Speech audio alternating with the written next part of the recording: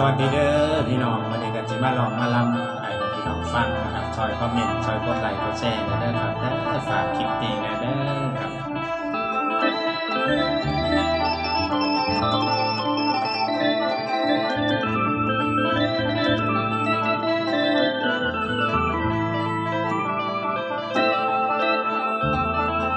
ลามามือนี้พาอวมนอนในห้อง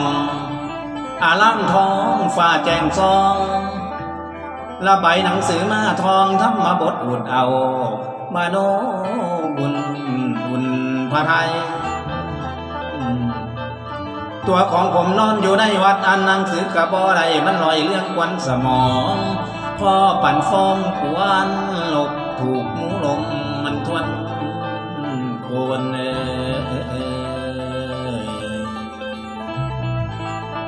ละใบเอาขันนี้มน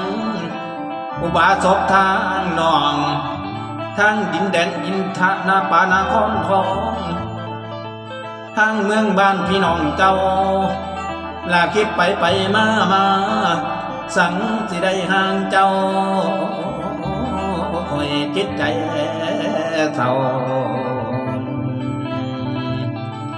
บ่สิ้นบ้านจิตใจเศร้าบ่สิ้นบ้านแสนลำคัน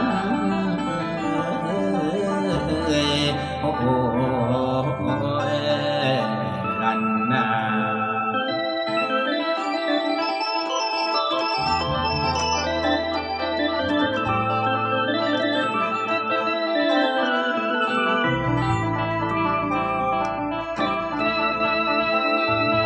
ลามาบัดนี้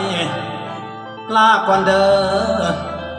ลาก่อนเด้ออาสมศาลากวางหลวงปู่โกวัดป่า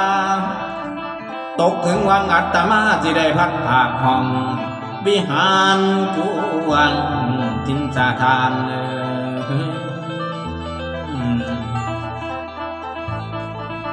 ลาก่อนเด้อบุพชาติกิ่งการสูงสง่าโพทองเฮียมทั้งสามสี่ห้ามนอนไปต่างดินแดนบ้านลาทั้งหอหานรัตนังไต่ต่อลาทั้งหอพักแก้วจุฬาเหลื่อมนั่นซองใสนับตั้งแต่มือนี้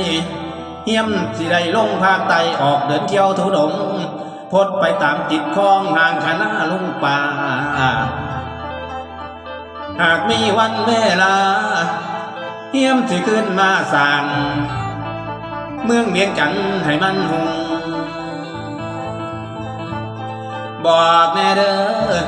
บอกแม่ป้าพ่อลุงพร้อมทั้งแม่ออกคำทั้งโยมเท่าผู้สุคนดอกเด้อยายโอ้